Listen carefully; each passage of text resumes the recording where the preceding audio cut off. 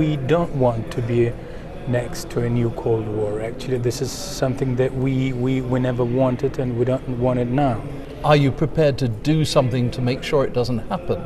Well, actually, we're consistently doing that. And we're very sorry that sometimes we feel a deficit of reciprocity. But you're sending Russian troops into eastern Ukraine. Who told you that? Well, it's quite clear, and some of the soldiers themselves have said it. Why do you think that it is quite clear? Because some of the soldiers themselves have said it. No, this is the biggest mistake. There are some people who used to be military, who are retired, who could have been. And you're saying you didn't have anything to do with sending them there? No. Surely. No. And I would like to remind you numerous statements by President Putin, official statements, saying very officially that there are no Russian troops, no Russian military, official military, dislocated or being sent or however being present on the soil of Ukraine. What about the rest of the constant pushing against NATO, which has tripled in the last year, the number of Russian military flights that have to be turned back by NATO? Why so many? Why are you upping the whole game? I won't be able to answer these questions in a couple of words.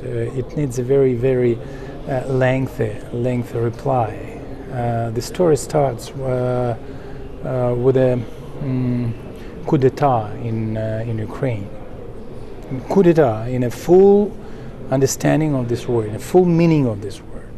A coup d'etat that was orchestrated and immediately supported by known Western countries.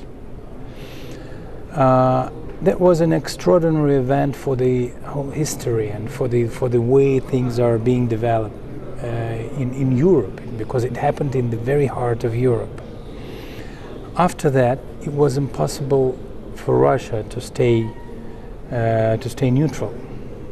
And after that, definitely things started to be very, very tense. But you're making it much more tense by the way that Russia is behaving. We'll continue to make it much more tense as far as our national interests are concerned. The longer our national interests will be endangered, the longer we'll continue to reply. That's and the this Cold does War, not. then. And this does not mean that we want a Cold War. This is just we want our counterparts understand that we have our red lines and that we cannot pass that red lines, and that we expect everyone to understand where our red lines are.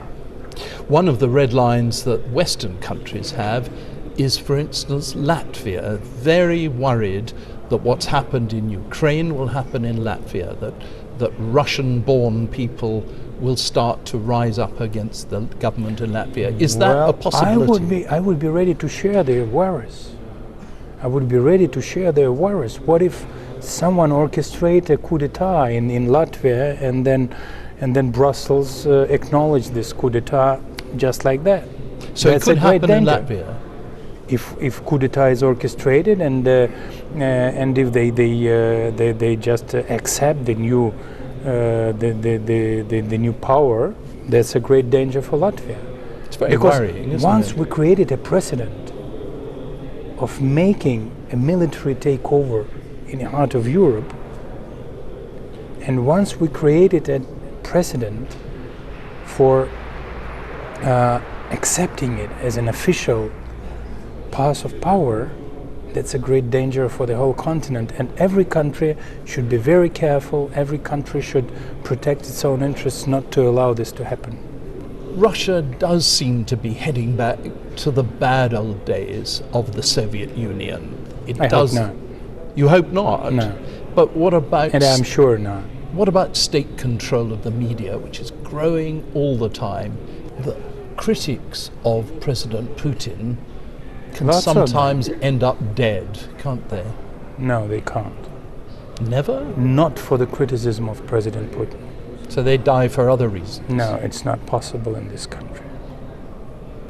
But do you believe that the West is trying to encircle you and push its way into countries that used to be your allies? Well, you are right. It's exactly the feeling that we have. Encirclement. We would like to hear a 100% guarantee that no one would think about Ukraine's joining NATO. We would like to hear that NATO will discontinue to approach Russian borders, that NATO will discontinue attempts to break the balance of power. But unfortunately, we failed to hear these words, and it makes us nervous. It makes us feel fear. It makes you aggressive. Well, if you feel fear, you take measures of precaution. That's a natural instinct of a human being and of a country, and especially of a biggest country on this continent.